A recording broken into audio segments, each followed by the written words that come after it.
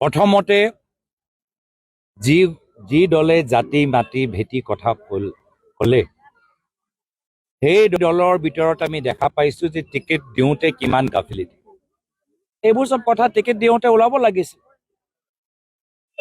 প্ৰতিটো দলে টিকেট দিয়াৰ আগত যেতিয়া এনেধৰণৰ কথাবোৰ ওলাই বহুত গুৰুত্ব সহকাৰে বহুত অধ্যয়ন কৰে আৰু তাৰপিছত টিকেট দিয়েগৈ। তো নিশ্চয় যোৱাবাৰ বিজয় মালেকাৰ ডাঙৰীয়াই হওক বা নিহৰঞ্জন দাস ডাঙৰীয়াই হওক, আপোনালোকে খালি এগৰাকী বিধায়কৰ কথা কৈছে, কিন্তু একেখিনি অভিযোগ নিহৰঞ্জন দাস সম্পৰ্কতো ওলাইছে। নিহৰঞ্জন দাসৰ সম্পৰ্কত বিজেপি দলৰ জ্যেষ্ঠসকলে এইখিনি কথা কৈছে, কিন্তু আজিৰ তাৰিখত কিবা কাৰণত নিহৰঞ্জন দাস পিছ পৰি গ'ল আৰু বিজয় মালাকাৰ ডাঙৰীয়াৰ নামটো সন্মুখত আহি পৰিছে। ক'ৰবাত বিজেপি দলৰ ভিতৰতে আন্তৰৰ ক'ৰবাত যুদ্ধ লাগিছে নেকি, ভিতৰৰ কিবা যুদ্ধ লাগিছে নেকি, যাৰ ফলত এজনৰ নাম ওলাইছে, দ্বিতীয় নামটো ওলোৱা নাই। দুয়োজনৰ ওপৰতে তদন্ত হওক।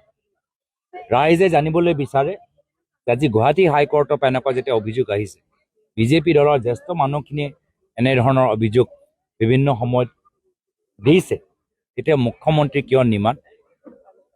এইবোৰ যে ট্ৰাইব্যুনেল, এইবোৰ যে আৰক্ষীৰ ওপৰত যে বহুত যে তেওঁলোকে দেখায় যে পুছবেক কৰি আছে, এতিয়া পুছবেক কৰিব নেকি আমি জানিবলৈ বিচাৰোঁ।